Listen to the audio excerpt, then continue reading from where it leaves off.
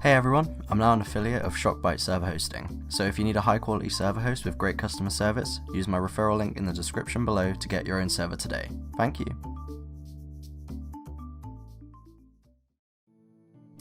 Hello guys, welcome back to the channel. Now today I thought I'd do a little bit something different. I've basically recorded the second episode as of this moment of building basics with HRANs. Now I wanted to do a little video in between basically explaining a few things to do with my resource pack.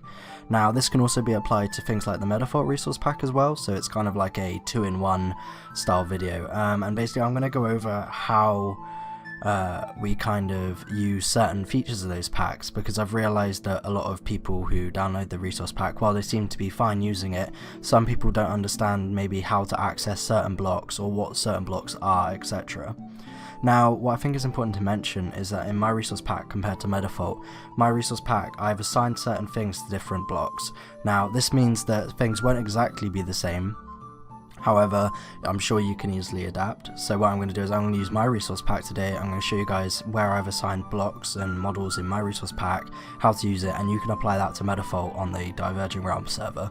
I'll put all those the information for Diverging Realms in the description below, so that'll be Discord link, IP for the server, etc. Yeah, I don't normally show people this world, but this is my texture / building world. So as you can see, there's a lot going on here.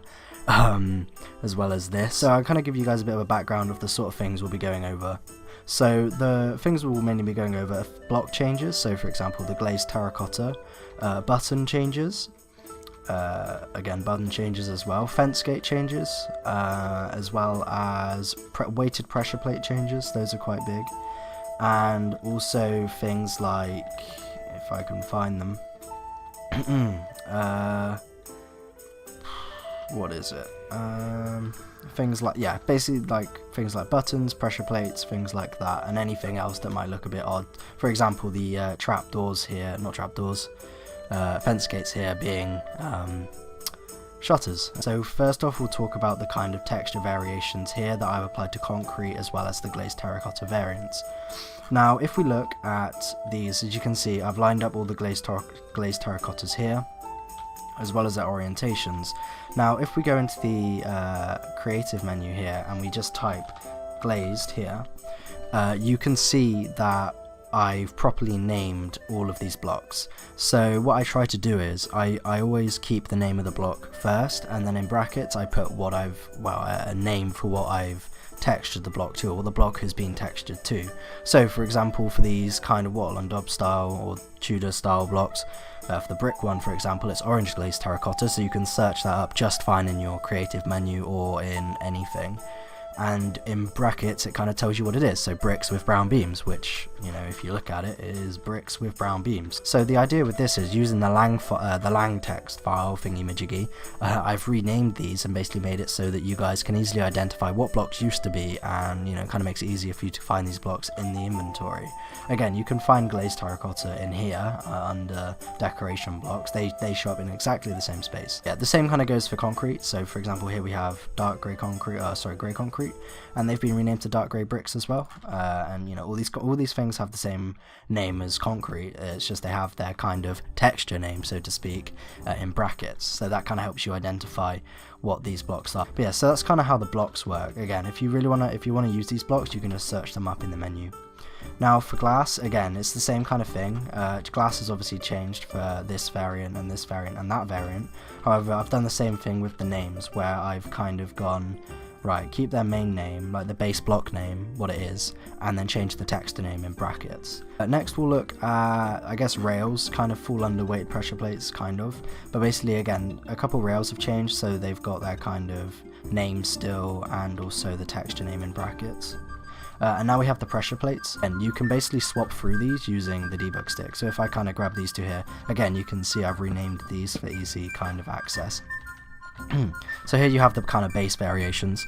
Now what you can do is, if you step on these, they will change to the second weight, because that's, or the second power, or the first power technically, because they start on 0. They change obviously because you're a player, you've added weight to that thing, so it will change. However, if you cycle through this to the second, to power 1 using the debug stick, anything beyond that you can just cycle through using a debug stick, just like this, and you can have access to these different variants, and it's the same for the other one. But I personally don't see anything wrong with using the vanilla debug stick. If you want to give yourself that, you can just do /give your player name and then debug stick, and you can just auto-complete it there. Oh, and it's giving me 64, that's because I have essentials. And now you have access to the debug stick itself, and you can just use this to cycle through as well. Next we can go on to buttons. I've got them all laid out here. With the buttons, I've basically made it so that the oak button variant and the stone button variant, wherever I've put it, I don't think I've actually placed it, I have over there.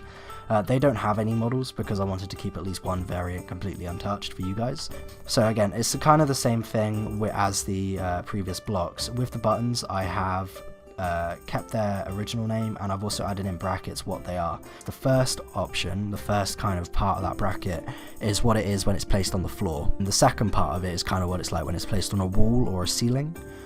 So as you can see, the birch button, for example, is a target. However, when you place that on a wall, it becomes the kind of double bar support block. Another thing with this is it's worth me noting, with this variant, specifically the dark oak button, you have this single support. However, if you power it using a debug stick, you can have a single bar. Trapdoors, again, is very simple. You have like obviously the wheel, the prison door and stuff. Here you have fence gates, so for the birch fence gate you have the window shutters, and for the jungle fence gate you have the banisters. Again, with the banisters, these are pretty cool. If you don't have access to things like world edit, you can still use these in combination with the birch trapdoor, the X-frame trapdoor, because what you can do is you can just place these against this block and then kind of change their orientation there and have them going up like that, and then at the top you can just go like this. Ooh, have I messed that up? No, I haven't. It's all good. Yeah, if we do this, there you go, boom, railing. So again, you can use these banister blocks. Now these do have variants, I'll show you that now. However, these are only really accessible using the enhanced debug stick, so sorry, again, that's kind of locked away a little bit. If you have it in wall, it creates this kind of railing variant, which is completely fine, and then I'm pretty sure if you turn it to powered, by selecting powered with the enhanced debug stick, or not, hang on, is it like this? No, this one's always a bit, there we go. Okay, so in wall true and open true and the rest false, you have this pole as well, which is quite cool. However, the only issue with this is, unless you have 4, if you update next to the block, it resets it. Okay, let's go on to the corals. So as you can see, these are all dead coral variants, so these are things that won't generate in the world. You can make them yourself, providing you find like coral around the world. So these are different fan variants. Again, what I've done with these is I've taken the block name and in brackets I've put what they are.